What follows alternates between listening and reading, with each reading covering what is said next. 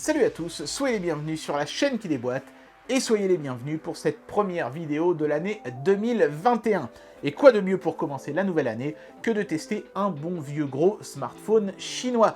Et pas n'importe lequel, puisqu'aujourd'hui nous testons le Doogee S96 Pro, un smartphone qui a la petite particularité d'intégrer une caméra infrarouge. C'est la raison pour laquelle en ce moment, quand vous en achetez un, sur certains sites, ils vous offriront aussi chez Doogee cette lampe torche, elle aussi infrarouge. Le gros intérêt de l'infrarouge, c'est que c'est une lumière que nous on ne voit pas, mais qui permet de voir très clairement dans le noir. Idéal donc, j'imagine, pour les chasseurs, pour les gens qui font des randonnées nocturnes, mais aussi pourquoi pas les veilleurs de nuit, les vigiles, les forces de l'ordre, tout ce genre de métiers qui peuvent être amenés à travailler la nuit. Alors est-ce que la caméra infrarouge c'est le gadget qu'il manquait à votre smartphone, ou bien est-ce que c'est juste un gadget de plus? C'est parti pour le test. Je dois dire que je suis assez intrigué de voir ce que va donner une caméra infrarouge intégrée dans un smartphone. À plus forte raison, un smartphone chinois renforcé, puisque ce S96 Pro est un smartphone, vous savez, gainé de caoutchouc et ultra résistant pour les professionnels endurcis.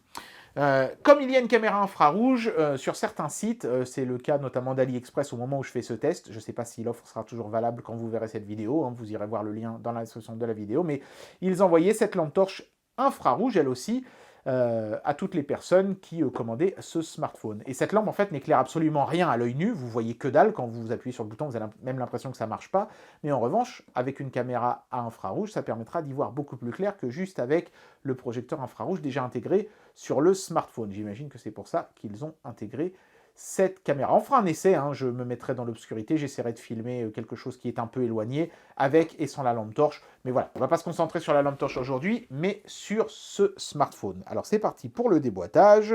C'est un joli petit coffret, hein, avec une sorte de petit revêtement caoutchouteux, et puis une surbrillance comme ça. Ça c'est le module photo, donc on voit qu'il y a 4 objectifs. Dont un, vous l'avez compris, qui sera pour l'infrarouge. Et on peut voir qu'il y a 2 rangées de LED, une donc qui est le flash LED classique, et l'autre qui est en fait le projecteur infrarouge. Je vous montrerai tout ça directement sur le smartphone, bien entendu. C'est très classe, en tout cas, comme présentation. C'est vraiment très très joli. Ça change des sempiternelles boîtes d'iPhone. Regardez-moi ça, comme c'est bien présenté à l'intérieur. C'est vraiment très clean. Le câble de recharge et la lanière sont enroulés dans le logement du haut. Et vous voyez, ils ont même mis des petits clips en plastique pour maintenir le câble bien rangé dans l'emballage. On a vraiment l'impression d'être chez Apple pour le coup là. Il y a un petit sponger, hein, c'est-à-dire un petit outil qui fait un peu comme vos ongles, hein, et vous allez comprendre pourquoi Doogee a glissé ça dans le packaging. On a un kit main libre qui, comme toujours, hein, sur les smartphones chinois, a une fâcheuse tendance à ressembler à ceux de chez Apple, mais logoté Doogee néanmoins. C'est très joli, c'est très classe, moi j'aime bien. C'est toujours bien, hein, qu'il y ait des trucs fournis, même si on n'en a pas forcément une utilité énorme.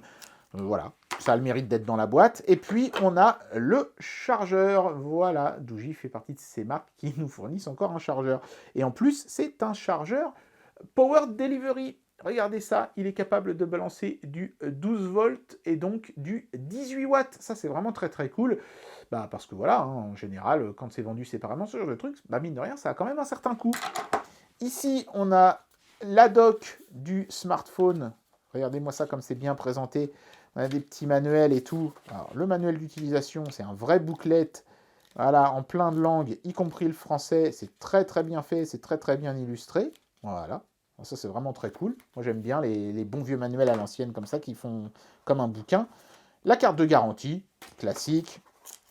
Ça, je ne sais pas trop ce que c'est. Ça doit être un erratum. Oui, non, c'est juste pour dire que voilà, Google est une marque de Google LLC, machin truc. Les petites lingettes pour mettre le protège-écran qui est fourni ici, qui est un protège-écran en plastique. C'est pas du verre trempé, mais c'est quand même sympa. Il est assez épais en plus. Donc c'est bien. Il y en a déjà un de préinstallé sur le smartphone, donc vous ne risquez pas de rayer votre écran avant très longtemps. Et une petite carte de remerciement. Vous noterez qu'il n'y a pas l'outil pour le tiroir SIM. Je vous expliquerai ça dans un instant quand on regardera le smartphone de plus près. Smartphone que voici, que voilà. Le smartphone est gentiment protégé dans un petit plastique comme ceci. Voilà, qui contient, hein, il y a des petites inscriptions à l'arrière, les différentes explications sur les différents organes, mais je vais vous les montrer, donc on ne va pas perdre de temps à les lire. Hop là. Voilà, vous voyez, on voit bien les inscriptions. Voilà. Il y a un protège-écran préinstallé avec le film qui protège le protège-écran, parce que oui, les protège-écrans, eux aussi, ont besoin d'être protégés. Ouh, ça a fait une bulle, mais c'est pas grave, on va la pousser vers l'extérieur gentiment. Hop, voilà, ah, nickel. Bon, il y en a quelques petites, je les pousserai hors caméra, c'est pas un problème. Voilà, vous avez donc un téléphone. Alors c'est toujours un verre renforcé à l'avant, hein. Je ne sais pas pourquoi ils ne mettent pas juste une dalle en plexi, peut-être parce que ça se raye plus facilement. C'est vrai, mais ça casse aussi beaucoup plus difficilement. Il n'y a pas vraiment de solution miracle pour les écrans, de toute façon, il faut choisir soit entre les rayures, soit entre les cassures. C'est vrai que le verre a l'avantage d'être plus agréable au toucher, c'est certainement pour ça qu'ils font ce choix-là. Mais on est sur un de ces smartphones, vous voyez, en métal renforcé. Elle est vraiment très sombre, hein. Je vais peut-être mettre ma torche un peu plus puissante, voilà, pour que vous puissiez voir différents aspects de ce smartphone. Il est plus joli, je trouve, que celui de chez Oukitel, mais le procédé de renfort est le même, hein, avec des grosses bordures en caoutchouc et des renforts métalliques sur les côtés gauche et droit. En dessous ici, on a des éléments qui s'ouvrent et vous voyez, c'est pour ça qu'ils ont fourni ce petit machin-là, parce que si vous n'avez pas d'ongles, bah, vous pourrez utiliser l'outil pour soulever les petites languettes. Tac. Donc ici, on a la recharge qui est en USB type C, ça fait vraiment plaisir, et la prise jack, donc protégée par un capuchon pour assurer évidemment une parfaite étanchéité. Mais surtout, ici sur le côté, on a le tiroir SIM qui fonctionne exclusivement avec les ongles, hein. Donc vous voyez, moi j'y arrive avec les ongles. Donc encore une fois, hein, si vous n'avez pas d'ongles, vous aurez le petit outil sous la main.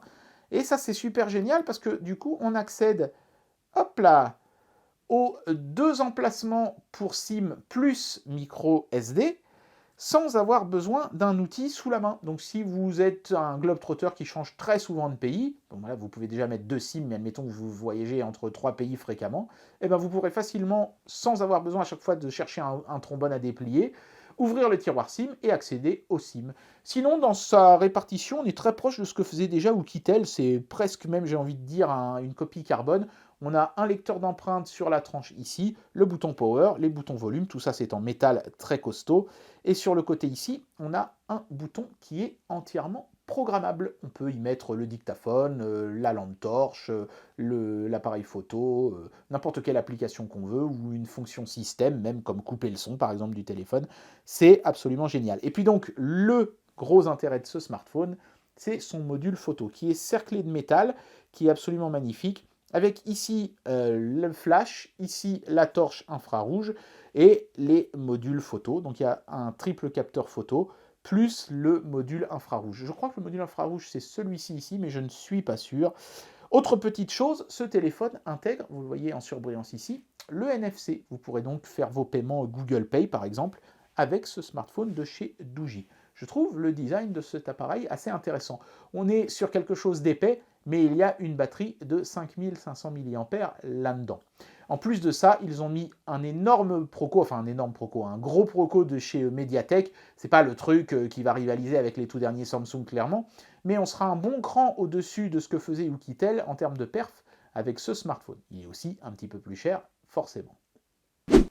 Quand on allume ce smartphone de chez Doogee, la bonne surprise, c'est qu'on a un bel écran plutôt bien contrasté, une dalle IPS, bien sûr, hein, comme toujours sur ce genre de smartphone, et plutôt lumineuse, hein, somme toute, avec toujours cette petite surcouche que les Chinois aiment bien, qui n'a pas de tiroir d'application, mais qui est, il faut bien le reconnaître, d'une très grande fluidité. Bonne nouvelle aussi, chez Doogee, on nous a épargné les bloatware et autres malwares chinois qui sont parfois préinstallés dans les ROM de ces appareils. Voilà. On a des bordures qui sont assez importantes, hein, compte tenu des standards actuels de l'industrie. On voit bien qu'on est quand même loin du bord, l'écran, et c'est particulièrement vrai en haut et en bas de l'écran. Moi, ça ne me dérange pas à un détail près. Je ne comprends pas pourquoi on se retrouve avec un écran à goutte d'eau, hein, la caméra frontale est dans une goutte d'eau, alors que vu l'épaisseur de la barre en haut, il y avait largement la place, à mon avis, de faire tenir le capteur dans la zone noire sans venir empiéter sur l'écran. Voilà, donc j'imagine que c'est pour des raisons de coût qu'ils font ça. Bah tiens, c'était très bien ça, on voyait bien voilà, on voit très bien la goutte d'eau comme ceci. Je ne sais pas pourquoi ils font ça, certainement parce que les écrans à goutte d'eau sont devenus tellement standards que c'est moins cher d'acheter un écran comme ça qu'un écran borderless où il n'y a pas la petite encoche dans le haut. À mon avis, ça doit être ça la raison. Mais c'est un bel écran, plutôt lumineux, plutôt sympa et plutôt bien intégré dans l'appareil. Il n'y a que cette goutte d'eau qui me gêne un peu, mais enfin, c'est pas bien méchant. Si l'on en croit le Geekbench de cet appareil, hein, avec des chiffres très impressionnants en single et en multicore, cet appareil rivaliserait en termes de puissance avec un Galaxy Note 8. Je mets ça quand même au conditionnel, hein. Vous savez, les benchmarks, ça vaut ce que ça vaut, mais force est de reconnaître que ce smartphone a quand même choisi une puce assez importante de chez Mediatek, hein. C'est un processeur octa-core, donc pas mal du tout.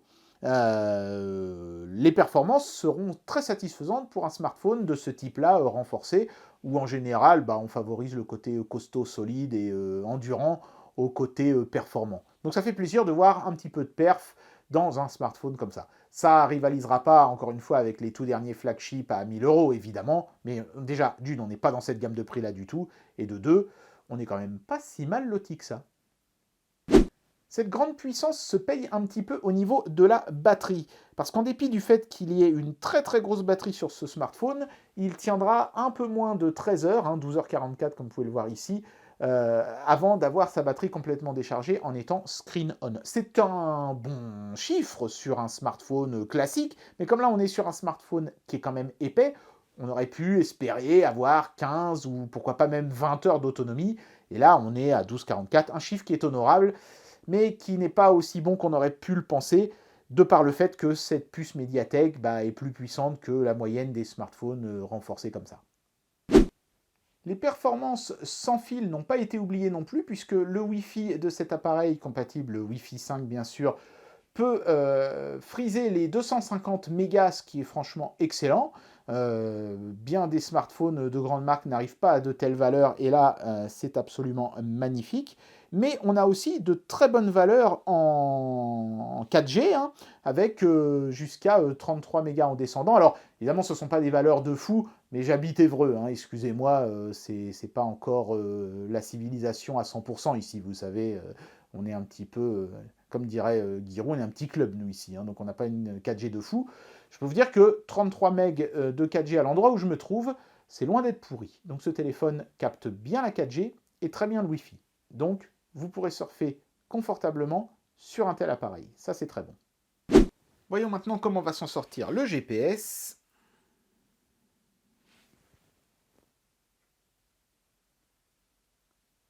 Paf! Ça n'aura pas pris très longtemps avant d'avoir un fixe 3D.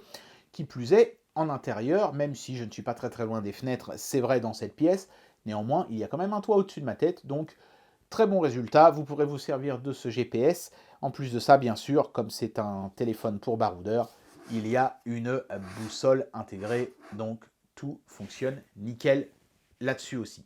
Vraiment, ce téléphone pour le moment ne souffre pas de gros défauts en termes de connectivité. Voilà, et histoire d'être tout à fait exhaustif en termes de connectivité, il nous reste bien sûr à tester le fameux NFC. Je vais prendre un Amiibo de chez Nintendo et je vais essayer de le scanner. Normalement, si ça marche, à peine je colle les deux ensemble, ça doit faire un gros bip. Et ça marche, regardez, il a lu le tag, et voilà, tac tac tac, vous voyez, plateforme Amiibo. C'est fonctionnel, il a même vu que c'était celui de Smash Bros Duck Hunt, c'est bien celui-là. Donc oui, le NFC de ce smartphone est 100% fonctionnel. C'est quand même pas mal hein, d'avoir autant de trucs et de machins disponibles sur un smartphone comme ça. C'est vraiment devenu, ces smartphones chinois renforcés, de grosses boîtes à outils numériques, et je trouve ça vraiment pas mal. Hein. Maintenant, il nous reste bien sûr à voir l'appareil photo, et notamment la qualité de ce fameux module infrarouge. Alors, concernant les photos, et je profite de vous parler des photos pour vous parler aussi de la lampe torche dont je me suis servi pour tester le module infrarouge. Vous voyez, donc c'est une lampe torche. Alors là, il y avait la batterie hein, que j'ai déjà mis à l'intérieur. C'est une lampe torche qui génère une lumière qui est totalement invisible à l'œil nu. Mais voilà, la caméra, elle, je pense, arrive à voir quelque chose dans le fond ici. D'ailleurs, à l'œil nu, je vois du rouge vif, mais en réalité, il y a un faisceau infrarouge beaucoup plus puissant, simplement qui n'est pas visible à l'œil nu. C'est une lampe torche qui ne sera donc d'aucune utilité, à moins que vous ayez sous la main aussi une caméra infrarouge, comme celle justement qui est intégrée dans ce smartphone. C'est sympa hein, comme cadeau, parce que outre la lampe torche et la batterie, qui est une 18650 standard, on a un petit chargeur qui fonctionne très très bien avec un indicateur de charge et tout, qui se branche en micro USB avec le câble qui est fourni ici. c'est sympa, c'est vraiment un petit cadeau qui sera toujours utile, même si vous n'avez pas besoin de la lampe torche, la batterie et le chargeur à elles seules valent le coup d'être fournis, donc pourquoi pas profiter du petit cadeau, ça fait toujours plaisir. Quant aux photos sans le module infrarouge, je les ai trouvées de bonne qualité, j'ai pas vraiment repéré de gros problèmes, on est vraiment dans la moyenne de ce que font les smartphones chinois maintenant, c'est-à-dire des photos très correctes pour le prix. Sur l'infrarouge, j'ai remarqué qu'il y avait un petit reflet dans le coin inférieur gauche de l'image. C'est visible sur à peu près toutes les photos et les séquences vidéo que l'on prend avec le module. Et je pense qu'évidemment, c'est là qu'on voit qu'un petit module dans un smartphone ne sera jamais aussi bon qu'une vraie caméra infrarouge entièrement dédiée. Mais ce qu'il faut retenir, c'est que ce sera pratique, surtout pour y voir plus clair dans l'obscurité totale. C'est pas tellement pour faire des belles photos que vous allez vous servir du module infrarouge de toute façon. Mais il y a ce petit reflet qui méritait d'être évoqué quand même. Et il nous reste un dernier truc à tester évidemment sur ce smartphone, ce sont ses performances en jeu. Et comme la puce à l'intérieur de ce smartphone est quand même assez balèze, j'ai mis la résolution à fond sur Oddworld et j'ai activé tous les effets visuels. Est-ce que je vais avoir une bonne fluidité? J'ose l'espérer, parce que ce téléphone quand même se revendique d'une certaine puissance performance. On va voir si on l'a vraiment ou pas. C'est parti. En tout cas, dans le menu, c'est extrêmement fluide. J'ai mes 60 frames constantes. Ça fait vraiment plaisir. Est-ce que ça va être le cas aussi in-game? Bon, je ne suis pas en 60 frames. Mais néanmoins, j'ai 30 frames constants. Évidemment, si je voulais avoir du 60 frames en mettant les graphismes à fond, les ballons sur un jeu comme ça, il me faut un flagship. Il me faut un téléphone qui coûte quelques centaines d'euros de plus. Mais franchement, regardez ça.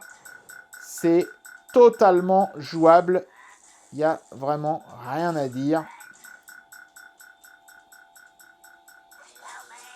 Allez, je peux même prendre le contrôle du gardien et l'envoyer se griller dans les éclairs. Tout ça sans drop majeur de framerate. J'ai mes 30 frames solides et constants. Dans un jeu comme ça, il n'y a vraiment pas matière à se plaindre sur un smartphone de cette catégorie de prix-là. Et bien voilà, j'en arrive à la conclusion de cette vidéo et je vais vous donner mon avis sur ce produit. Doogee a vraiment placé pas mal d'efforts, je pense, dans ce modèle. Et le fait d'avoir intégré cette caméra infrarouge est une bonne idée puisque ça permet d'amener des outils novateurs et inédits à des smartphones qui forcément commencent à ne plus vraiment être très surprenants. Alors vous aurez aussi remarqué que je ne me suis pas amusé à faire un drop test de ce modèle-là de téléphone, on l'avait déjà fait sur le Oukitel, la conception de celui-ci est vraiment à 99% la même, le résultat serait donc exactement le même, je vois pas l'intérêt de m'amuser à casser deux smartphones pour obtenir exactement le même résultat. Vous irez voir le drop test de l'autre smartphone si ça vous chante. Voilà, c'est du gâchis que de casser les téléphones en série comme ça. Voilà, on en a cassé un, on a vu jusqu'où ce genre de smartphone pouvait aller avant de péter. Celui-ci sera exactement au même niveau, ça j'ai aucun doute là-dessus. Ce que j'apprécie, c'est que Doogee a fait beaucoup d'efforts et continue d'en faire, parce que vous voyez que là, par exemple, je suis sur un écran de mise à jour du firmware, donc il y a des mises à jour qui sont injectées dans ce téléphone. Doogee croit encore en ce modèle, il continue de le mettre à jour, c'est très bien. Et franchement, je n'ai pas rencontré de gros problèmes, les performances sont tout à fait à la hauteur, le module photo est de qualité, et les photos infrarouges sont réellement un plus intéressant. Alors il y a des petits défauts, notamment justement au niveau de ce module infrarouge, on a un petit reflet, des petits défauts d'intégration de certains trucs. La batterie a beau être très grosse, on n'a pas une autonomie monstrueuse du fait que Doogee a profité justement de cette grosse batterie pour mettre aussi une grosse conf dans le smartphone. Donc c'est un téléphone que j'ai trouvé plutôt bien équilibré, compte tenu du prix auquel il est vendu, il y a tout ce qu'il faut là où il faut. Bon, il n'est pas parfait, c'est pour ça que je ne lui mettrai pas le seal of approval de la chaîne, mais franchement, pour un smartphone chinois à ce prix-là, vu tout ce qu'il a, vu sa résistance, vu la présence du NFC, qui est quand même peu commune encore sur les smartphones chinois, oui, j'ai envie de dire que c'est clairement un téléphone qui, si les fonctions qu'il intègre, et notamment cette caméra infrarouge, vous intéressent, vous pouvez acquérir sans vous faire de bile. Il ne vous décevra pas, clairement. C'est un bon petit appareil. Enfin, petit, vous m'avez compris. Et bien voilà, c'était le test de ce smartphone S96 Pro de chez Doogee. J'ai bien aimé ce smartphone, j'ai trouvé ça bien que dans un smartphone rugged, on ait un petit peu plus de perf, et puis cette caméra infrarouge, ma foi, m'a semblé plutôt convaincante, et j'imagine qu'elle pourra être utile à un certain nombre de personnes. Voilà, j'espère que cette vidéo vous aura plu, et moi je vous dis à très bientôt pour un prochain test. Allez, tchuss!